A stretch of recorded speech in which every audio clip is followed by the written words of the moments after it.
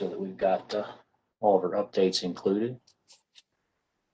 And so this is Caleb Simon. I'm taking over for Kelly today. She is a little under the weather, so I'm going to be here to help coordinate.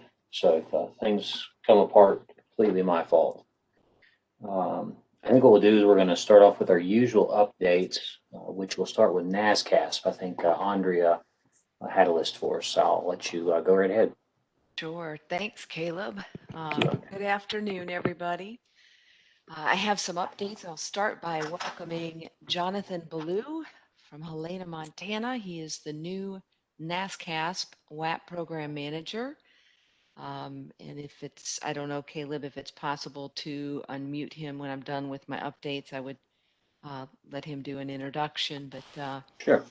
yeah, great. And then I wanted to remind everyone, if you haven't, to register for the NASCASP Winter Conference. It's March 8th through the 12th. It will be virtual, as all of our conferences will be virtual this year. We have several sessions on workforce development, some Energy Out West technical peer sessions. We'll have sessions on remote and virtual monitoring methods. And then sessions an entire day with DOE updates, federal updates, and then a live Q&A. And we're hoping to learn more about their competitive innovation grant process and other things that are coming up as a result of the Consolidated Appropriations Act of 2021, which brings us into advocacy. So we were really happy to see that passing, and some good news came out of it. The weatherization program, as you probably know by now, was reauthorized through 2025. We've been advocating since 2012, I think, is when the last reauthorization expired. So this is excellent news for the program, and it came with an increased authorized funding level. So it brings us up to $350 million for program years 2022 through 2025. We have been advocating for an increase to the 10% admin. Well, we went for 20. We got something in the middle. We got a 15% increase. So we were happy to see that. They changed the static weatherization date to a rolling 15 years on re-weatherizing homes. I think all of that was positive news. And then we've been working too, that we've met with our NASCAS board. We met with and worked with President Biden's transition team on DOE. We've been collaborating and offering suggestions for future. We've been advocating with Congress on details of a funding stimulus to meet Biden's goal of trying to boost energy efficiency to 2 million homes. We continue to advocate for a longer period in any potential stimulus package to avoid the cliff effect that was experienced during ARA. And then on the workforce development front, NASCASP hosted a training webinar for all state WAP managers a week ago, and we launched new wage survey tools that will consist of 6 core WAP positions at the sub-grantee level: retrofit installer, crew lead, energy auditor, QCI, WAP PM, and WAP admin. And we have recommended that states launch surveys in February. And then we will also be presenting Thursday, actually, another session on strategies for workforce retention in the WAP at the CAP Management Leadership Training Conference with Illinois and Vermont will be co-presenting with me. We're going to talk about the existing wage surveys that have been used by states, the benefits to workforce retention, and then also dip into trying to uncover the cost of turnover in WAP. BPA will be participating in some of our NASCAS facilitated workforce development working group meetings to provide input into BPA's workforce needs assessment for workers in the residential retrofit industry. And I think that wraps up my updates. And Jonathan, if you're able to get unmuted, if you wanted to Yes. intro. Yes, thank you. So hello, everyone. My name is Jonathan Ballou. Some of you may know me. I've presented to this group a time or two in the past. I have worked at the state office for Montana's weatherization program, and I've also been a sub-grantee weatherization director. and I am very happy to have landed here at NASCAST. So I look forward to working with you folks in this new role. Please feel free to reach out if you got any questions or if there's anything I can help you with. And that's about all I've got. Well, thank you, Jonathan. I know we've met along the way too, so we're glad to have you there at NASCAST. It's excellent. All right. If that is it from NASCAST, then we'll move on to Anna with IREC. Thanks, Caleb. Just very quickly, we're continuing to provide support for those who are accessing IREC's credentialing program. If you've got any credentials that are expiring this year, or if you're looking to add new credential training programs, please reach out to us and we'll look forward to working with you. We have a slightly new update where IREC was awarded funding under the DOE Empowered FOA to develop training and resources primarily for code officials, but it's around grid responsive technology, PV storage, but there's also a section that's smart building technology as well as electric vehicles. And we will be reaching out to the network. We'll be looking for subject matter experts and for input from those two, especially who are working with advanced building technologies. What would you like code officials to know when you're doing your work? And if you work with installers who come up against barriers around code, we would love to hear from you and incorporate your feedback into the resources that we develop. So I will put my email address in the chat. If that's something you'd be interested to participate in, please let me know. And then finally, IREC is hiring. We have a few positions open, and one of them is an online instructional designer. We've got a lot of very talented learning designers on this call, so I want to let you all be aware of that opportunity. I will put the link in the chat as well. That's it from me. Thank you. Thank you very much, Anna. Quick question for Andrea. We got a question in the chat there from Jay about the admin percentage increase, 15% increase. Was that a 5% increase on top of what existed? Yes, that is correct. So the total admin went from 10% to 15%. So it was a 5% increase. Very good. Thank you very much. Mm-hmm. And one other question is, what was Jonathan's new position or title? He is the new WAP program manager at NASCAST. Okay, there we go. I think that answers all the questions, and we're glad that Andrew Woodruff has found the dark theme on WebEx. Ditto. Okay, so moving on then, I saw Juliana was here from NREL with some updates. Yes, can you hear me? We can.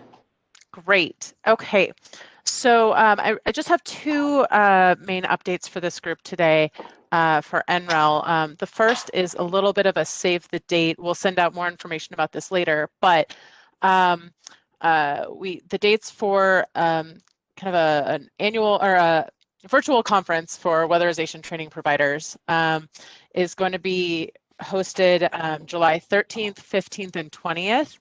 And the intent of this virtual summit is to help folks get on the same page about where we are with training and quality work program, address some issues that have been facing weatherization providers, some of which had come up in continuous improvement workshops or through this group.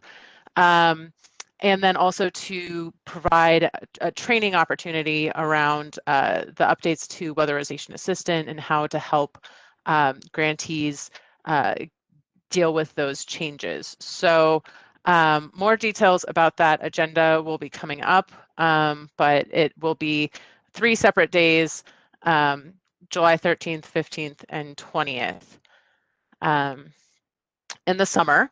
And then my second update is that for the 2021 series of continuous improvement workshops, we are looking to spend the first workshop delving into organizational culture and how subgrantees and grantees can assess their own organizational culture to eliminate friction points and to help improve implementation of WAP. We are looking for folks who have experience in that space to help us provide input on the agenda and any tools that may have come up through your work with grantees or subgrantees around organizational culture. So if anyone has tools, resources, or expertise in that space, we're looking to bring that on and can compensate for the time involved in that preparation. So I will also put my email into the chat, but we are hoping that some of the folks in this group will be able to help us make sure that that workshop is valuable and current. So those are my updates for NREL. Thanks so much, Juliana. Let's see. Do you have any questions related to any of that? All right. If so, shoot me a chat and we'll go back to address it. Let's see. I believe we have Jason DeGraw with us. Jason, are you able to unmute, or do I have to do? Let me give you.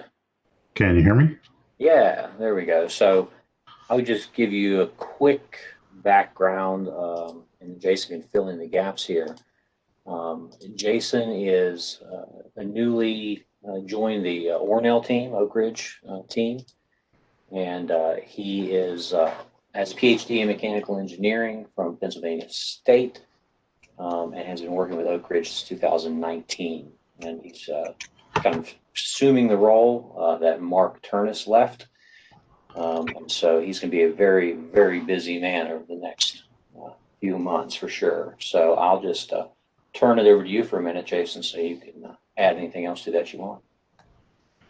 Sure. I was at NREL from, let's see, 2015 to 2019, and then joined Oak Ridge. I had about 2 weeks notice that Mark was retiring. So I did my best to cram 42 years or so into those 2 weeks. I'm at this point, I'm not sure that Mark retired from the lab or he retired from having phone calls with me.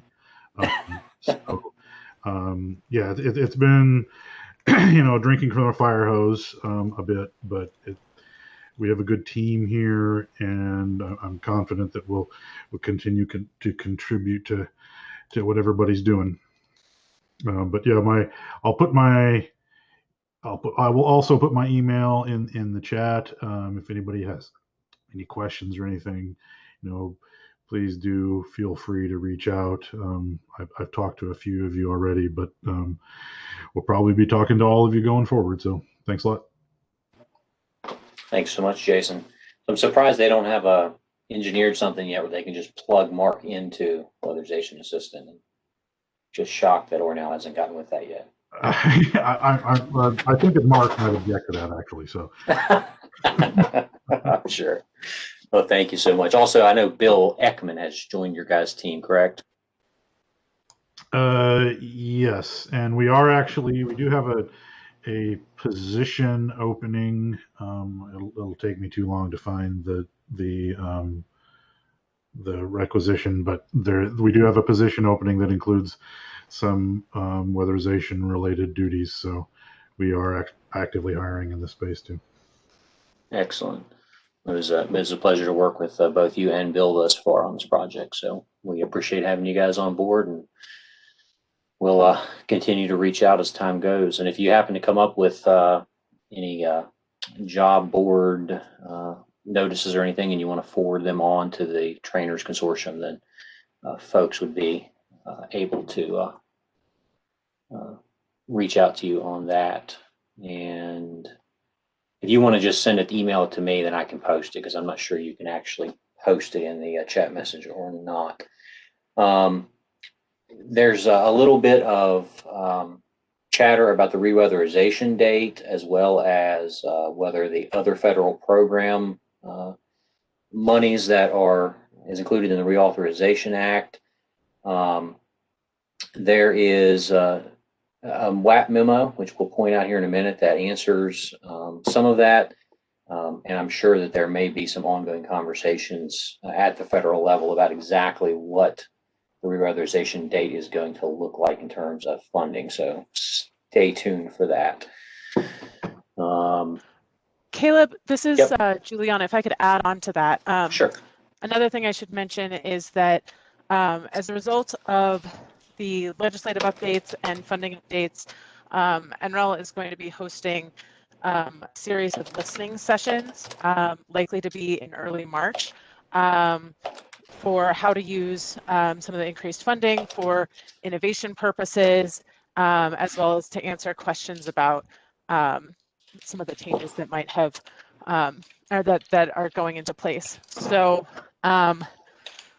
we have a meeting with DOE on Friday to hash out the details, but there will be an opportunity to provide feedback to DOE and to hear from them kind of the structure that they're planning on using for the innovation funds and increase in funding.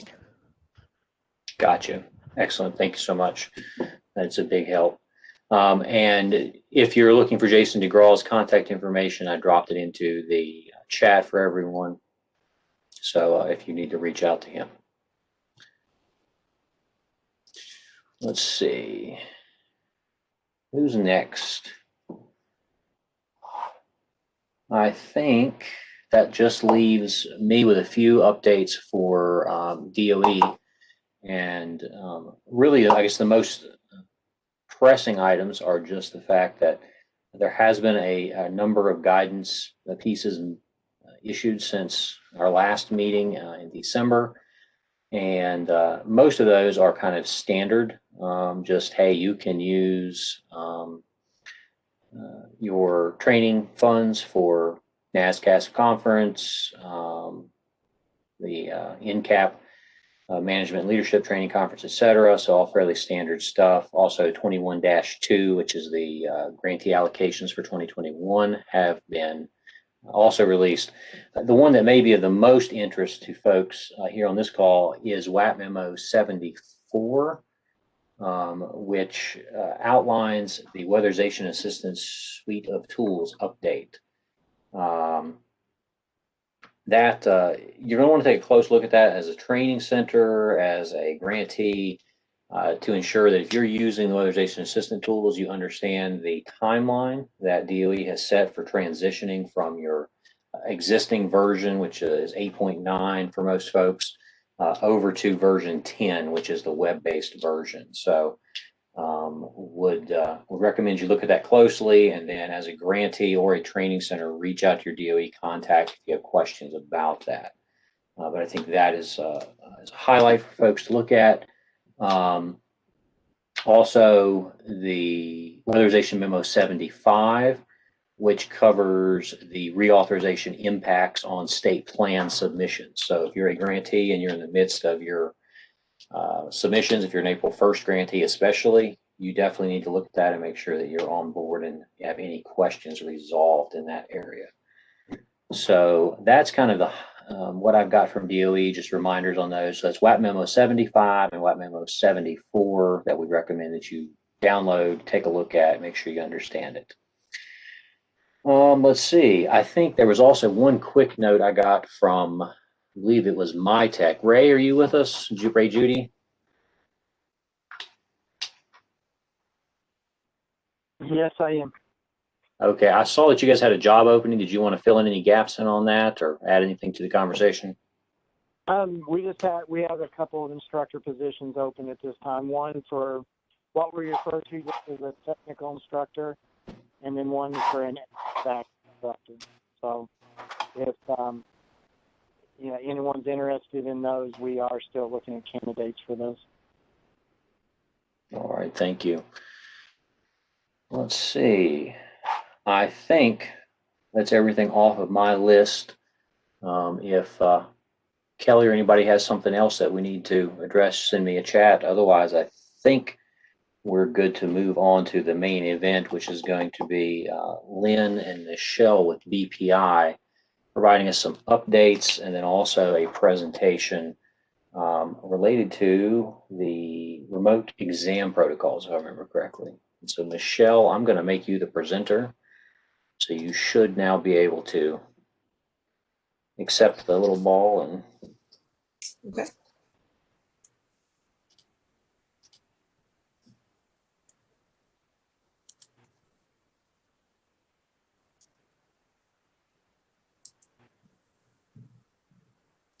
Afternoon, everybody. This is Lynn Griffith. We wanted to provide you with some updates on the home energy professional certifications, as well as our remote proctoring process, as we've been getting a lot of questions about it. So we figured we'd cover it here as well. So here is some numbers we have for the energy auditor and quality control inspector certifications and the top 5 states for each certification that is held. So for the energy auditor, we have over 1,100 certified professionals. And then the quality control inspector, we have over 1,700 at this time. And then you can see most of the states are the same.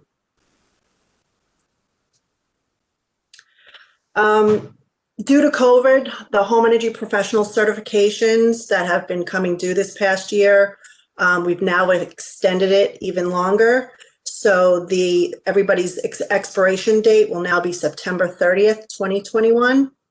The original date was March, so we moved it forward for a couple of months because we've heard from the industry, and we thought this was best steps going forward for these certifications. Right now, as of September 30th, QCI, we have 768 that are coming due. 580 of those need the energy audit to renew for the QCI because that's the prerequisite for the QCI now. And then we have 114 coming due as of September for the energy auditor. Now, I just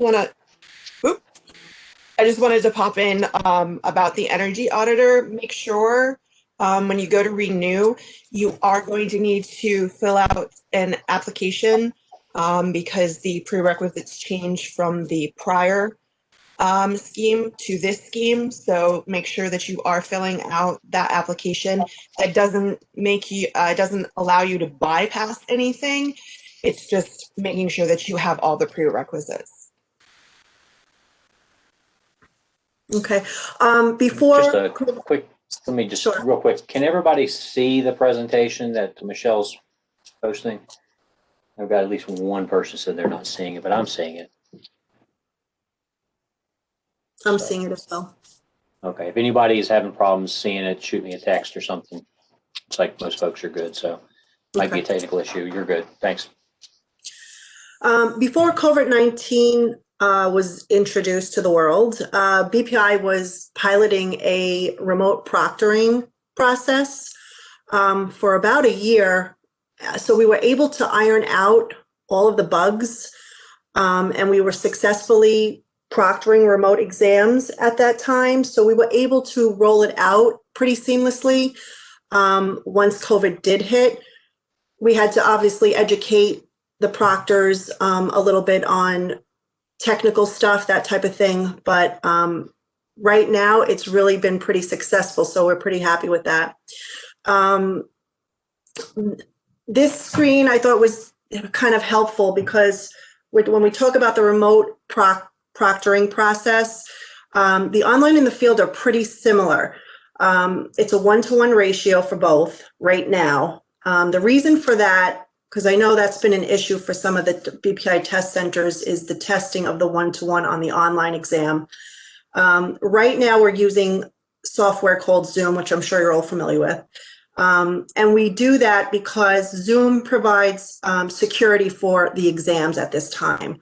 And a lot of the software that we looked at does not. We are, however, currently looking at a software that might enable people to test more than one people on the online. So we're looking at that now, and we will keep you guys posted on that. But for right now, the online for the online, you'd have to create 2 Zoom sessions where the field you'd only create 1. Now, the 2 Zoom sessions are for the computer where the candidate can access the exam. And then the second Zoom session would be for like a phone or a tablet where they would use for like scanning and monitoring the room. I'm sure you've all been through this pretty much if you're doing remote proctoring.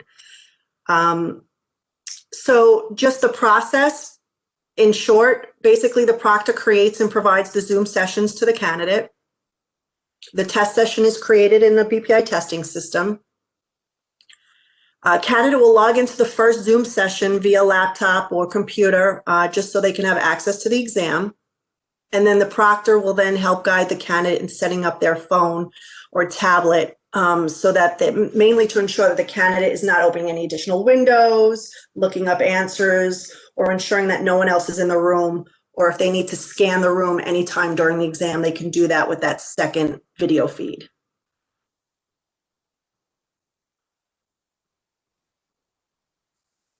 At that point, they're going to record the Zoom exam session. They can start the exam process, which includes the proctor script, checking the photo ID, checking for exam accommodations, etc. At that time, the proctor starts the screen sharing process. And this is what I was talking about with the security of the exam. The proctor shares the screen by enabling them to have access to their keyboard, and then the candidate can start the exam. At that point, the proctor will monitor both the exam and the room screen. And that proctor then has the ability to end the exam at any time by just taking access back from the candidate. And that's the security of the exam at that point. Once the exam is complete, the proctor can end the Zoom session and will be converted where it's accessible for future. Zoom files are saved for both online and field exams to a thumb drive or SD card and held onto it for a 6-month time frame because we could be requesting copies to do a quality assurance review. I know this has been a big issue for a lot of test centers as it takes a lot of time and money to save and send. So we are looking also into this to see if there's some other way that's a little bit more easier, saving time and money. So we're looking at that as well. So just give us some time and we'll keep you posted on that.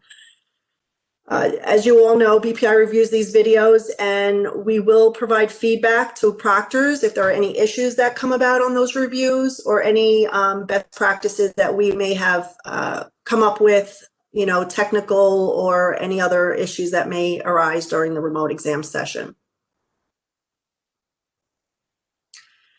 The last piece to this is, I'm sure you've seen this because I've sent out these emails yesterday.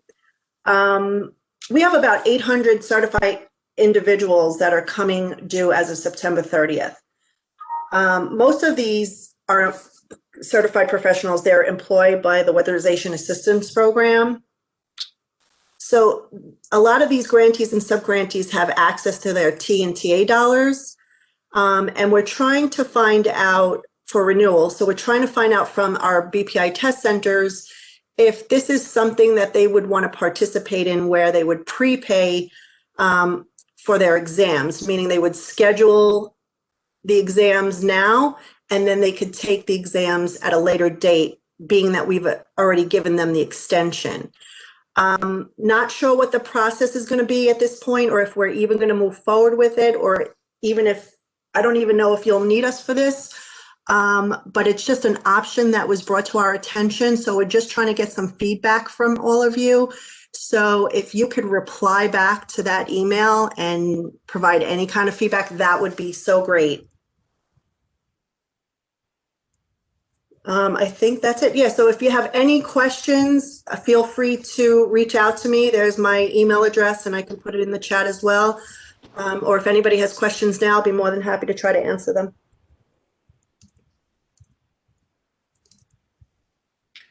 Okay, so We've got a couple that have come in on the chat, so I'll just frame those for you, Lynn. Sure. If anybody else has something you want to throw in the chat, or you can speak up as we go along, just let us know. Wade Thompson wanted to know, he asks, anyone who had a pre-2019 QCI certification, do they need the new EA to renew? Yes. Yes, and that's what the application that Michelle was talking about, that they would need to fill out, because the prereqs have changed. But yes, they do need an energy auditor. Anybody that's renewing a QCI. There was one more thing that I did not mention, and I apologize. Just so you're aware, I know that whole remote proctoring for the energy auditor. You can use remote proctoring for any one of our certifications right now, except for the energy auditor. We just currently submitted in December our process to ANSI, so we can get it approved. So once we hear back from ANSI, then we can resume energy auditor remote proctoring. So we will keep you posted on that as well. Thank you. Mm-hmm. Let's see. We had a couple questions about the prepaying. Ben Tucker with Minnesota asks, does this mean prepay prior to the end of the program year? Yeah, again, I don't have any details. That was some of the feedback that we received back about how the fiscal year starts and ends, and how some states will allow them to take money now and then test later, but some won't. So yeah, it's something that we don't know yet. But that's the idea. The idea is to have these certified professionals who have access to these funds be able to schedule and pay the test centers now, but be able to schedule the exam at a later date, which might be considered another fiscal year for that WAT program. So we're unsure. We're really unsure of anything right now with that process. So that's why I was just asking for feedback from anyone, so we can kind of determine next steps. Got it. And I should know the answer to this, and there may be somebody floating around who knows whether or not TNTA funds will roll over into the next program year or not. But that's definitely a question for your project officer, DOE, if you're wondering about whether or not you need to pull funds from this existing program year or the coming program year. I would definitely run that past them before you commit on that. Let's see. We had a question from Scott Kuhn. I think it's the right way to pronounce your last name. I apologize if I butchered that. It wants to know, where can we find an official written announcement of the September 30th extension? That was sent out this week. We sent it out to the certified professionals that were affected, as well as test center, BPI test centers, and BPI proctors. If he wants to shoot me an email, I can send it to him directly, and if he missed it. Okay. So there's Lynn's email address is on the screen. So if you need to contact her, you can reach out there. I know I remember seeing it. I received it as a BPI professional in my inbox this last week. Right. So. All right. Do we have any other questions from folks that are in the audience here?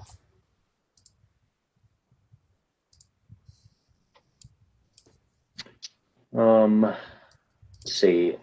Alan asks, can photos be used as props for remote field exams for the BA? Is there an approval process for this, or is a remote site test required? And I'm assuming we're asking about the building analyst. The building analyst, yeah. I would have to see what he's speaking about. So if he wants to email directly, I could see if we can get that approved, just because it's the building analyst. But once we get an ANSI process approved, it'll be the standard process across the board, and that would not work. But he can check with me right now if he wants to email me. Okay. And it's more on an exception basis, if anything. Got it.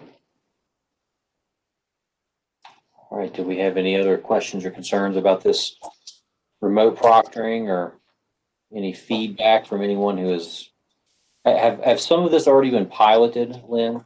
Yeah, like I was saying before COVID hit, we were doing a pilot on this process. So we kind of worked out the bugs and the kinks, and that's why we were able to kind of roll it out pretty quickly. And when we do review these exams, we do provide feedback to our proctors just to educate them on what's best practices, that type of thing. So that's been working out really well. We've gotten great feedback. Some people are doing it differently, like for the field exam. Some people walk around with a laptop while others have like headgear. You know, they attach the phone to their a piece of headgear and they walk around and do the field exam. So I have to say a lot of people have been creative, but it seems to be working across the board. And that's why I'm pretty confident that we'll get approval from ANSI on for the energy auditor soon. Very good. I just have a question on the remote. You know, it's done on Wi-Fi. It seems to work pretty well when you're inside the house. Notice it tends to, you know, cause issues when you go outside of the building. So if you're going out to the gas meter, if you're going out to properly start up your diagnostic test equipment, you might lose that candidate, or it might be so choppy you can't make heads or tails of what they're saying or doing. So I mean, I just personally have brought them back into the house and then kind of recapped. Is that experienced by others, or is that unique to? That's the first time I'm hearing about that. So that's something that we can go back to the table and talk to our IT people. I don't know if a hotspot would work as they go outside. We could talk about that, but that is something interesting. I've not heard that yet. Okay. But that's fine. The process that, you know, if that's what you have to do at the end is just recap it, at least you're doing that. That's a good process. Okay. And it's case by case. It probably isn't every time. Right, right.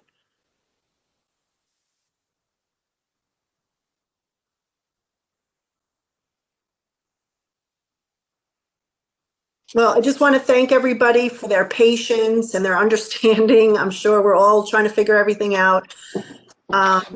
But I have to say, it's been a pleasure working with everybody. Everybody's got the same goal in mind, and it's been pretty great experience. So thank you for everybody's feedback and input and patience.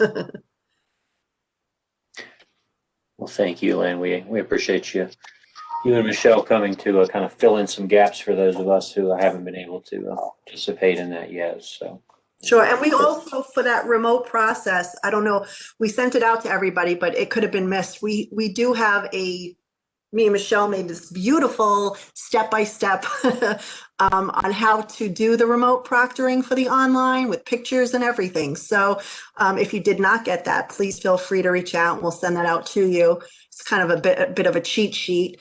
And then we're going to try to do like a video of one as well. Just some more people are more better visual that way. So we'll be doing that shortly as well. sounds great. Okay. Well, if anything else comes up as we continue, shoot us a message or jump in. The last item that I had on the list here that we wanted to just get some feedback on was related to how things in the field are being affected by by COVID at this time. Have any new challenges presented themselves this fall or winter that we weren't dealing with previously? How's production looking from a grantee level? Training centers, are you guys finding any challenges in particular that this is presenting? And just kind of with the idea of, is there anything DOE has done that's been helpful or maybe throwing a wrench in what you're working on? Or is there anything else that would be helpful that DOE can facilitate? So just kind of open that up to see what kind of the response might be from the field on that question.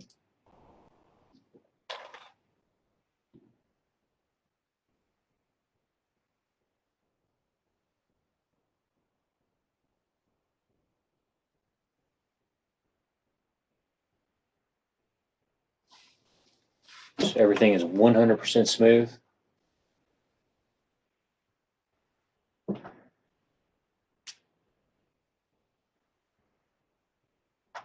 definitely uh,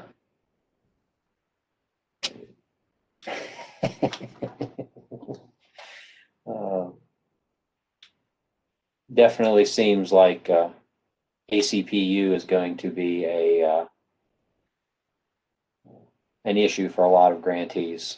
And I know DOE is looking to try to work with the individual grantees to see where there might be some flexibility. Obviously, the ACPU is set by statutory and regulatory rules, so it's not flexible. But DOE is looking to try to help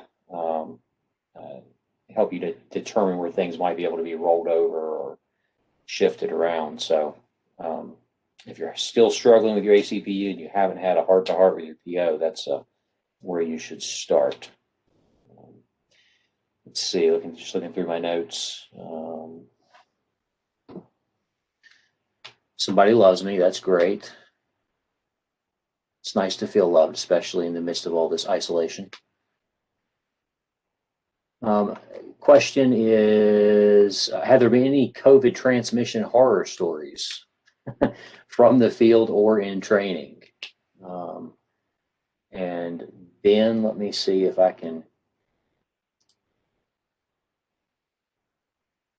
unmute you.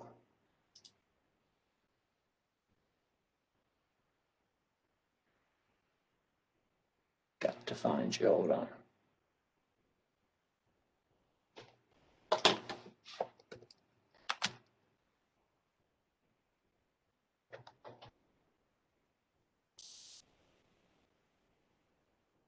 There we go. Ben Tucker, you should be able to talk now. All right. Can you hear me all right? Yeah, we got you. Great. Well, when you asked about how COVID is affecting things, I do think the average cost per unit is a concern. And I know folks are pushing hard out there. What I'm seeing is, even service providers who have the best attitudes, who have the most positive outlook, are tired. And when we talk to them, it's easy to get discouraged. I mean, winter in Minnesota is a challenge, any year.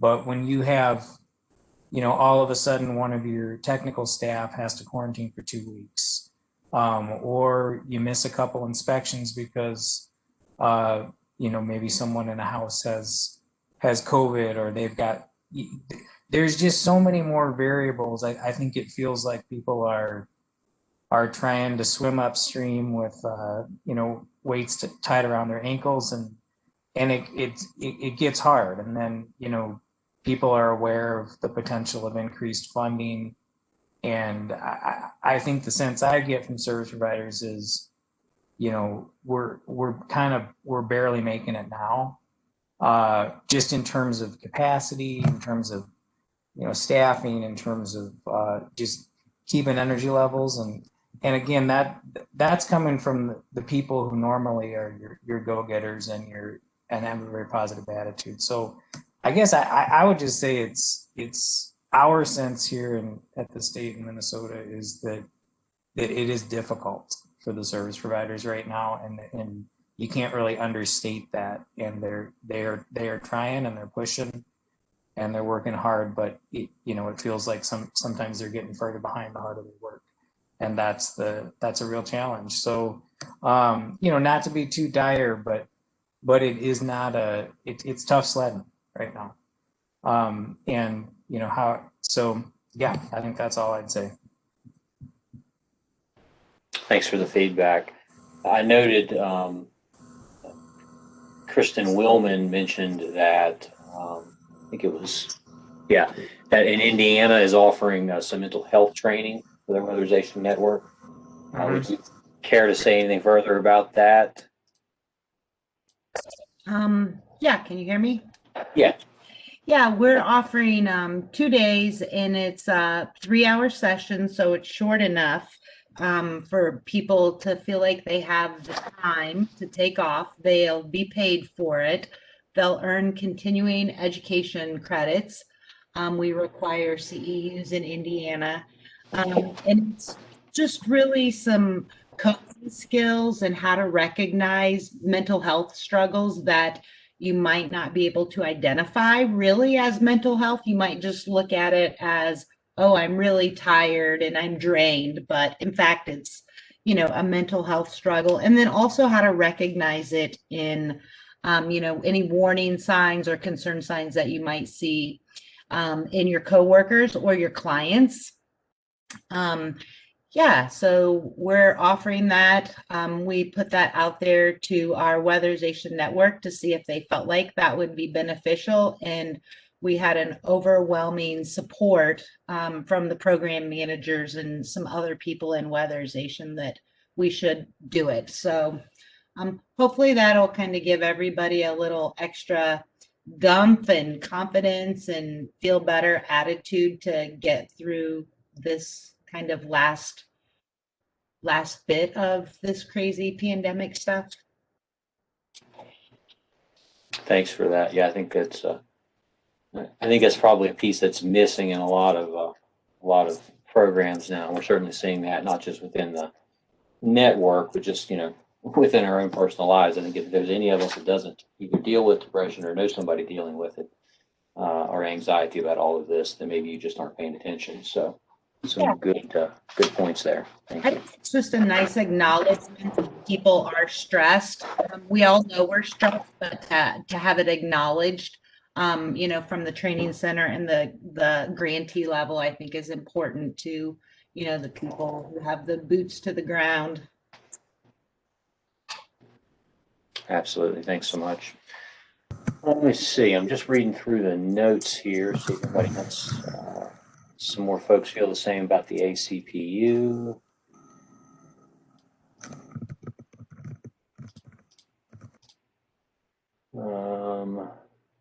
Message from the governor of New Jersey. Always glad to hear from him. Let's see.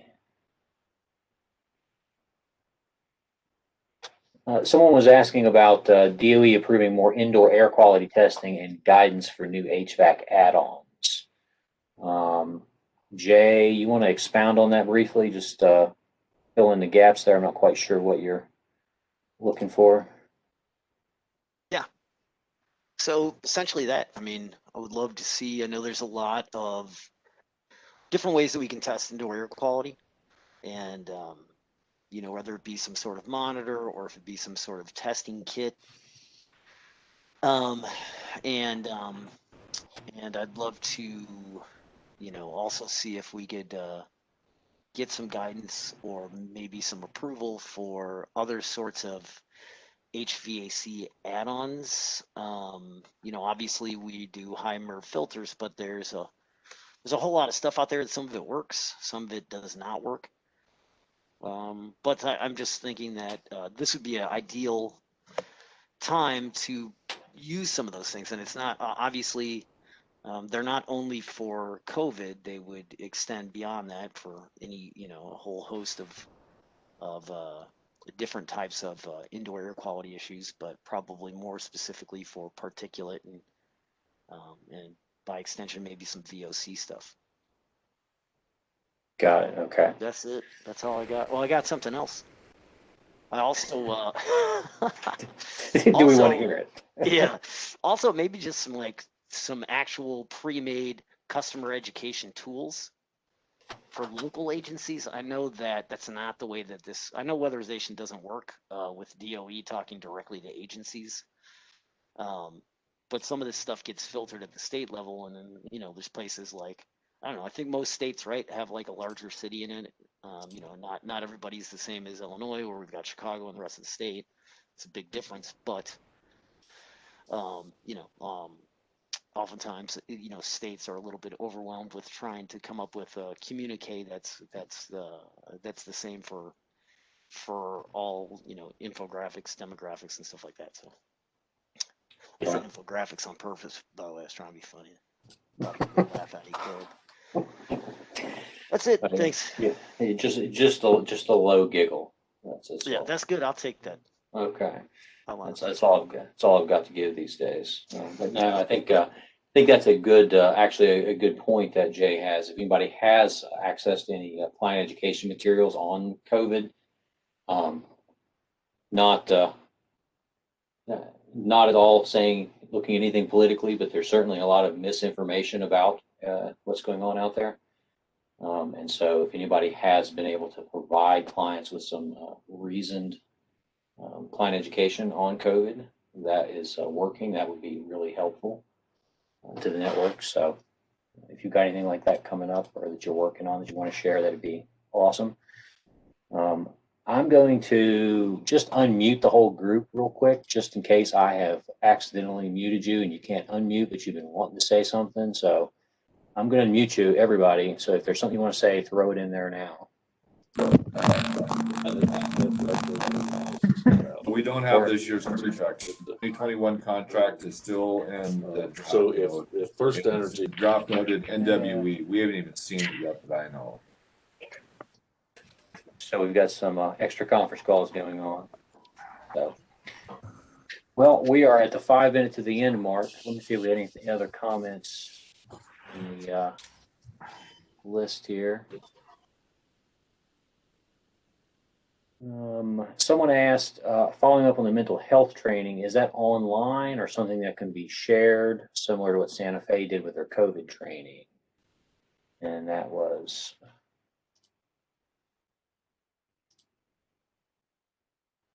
trying to remember who brought that up. I apologize. Kristen, I unmuted you. Did you have a response to that? Yeah, so we've brought in a third party that is certified in this. It's not, we take mental health seriously, so it's not something that we really felt like we were qualified to speak to. So yeah, we've brought in a third party lady, and I am happy to put their contact information in your chat if anybody's interested. Great. Yeah, if you want to throw that in there. Yeah. And maybe Kelly can add that to the call notes.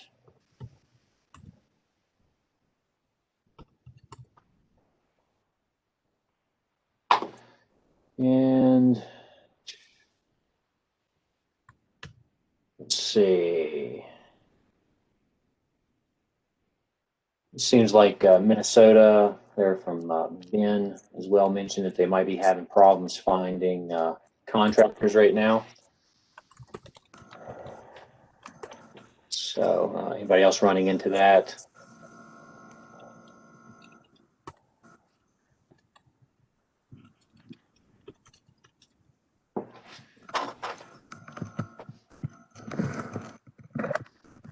Okay. If there are any other comments, please feel free to throw them in the chat. But we appreciate you guys all being here, getting through this session. Bruce notes we're still having a problem getting appliances.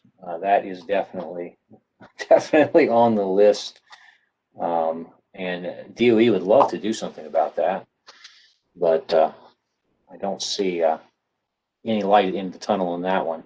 If anybody hasn't paid attention, there's been a Buy American executive order issued, which is going to affect a lot of purchasing too. So that is also in the process of being interpreted and figured out at the federal level. So a lot of moving parts there. And so we'll hope that maybe we'll see more appliances. And anybody who wants the training link, or excuse me, the link for the mental health training, I have cut and pasted it into the chat so that you can grab that link. That's the link to the mental health training or help the Weatherization Network folks that is being done in Indiana. This private contractors handling that. So we are down to the 4 o'clock mark. Thank you all very much for hanging out with us. We'll close it down, call it a day. And if anybody has a question or wants to stick around and ask it, then I'll stay here for a few extra minutes. Thank you all.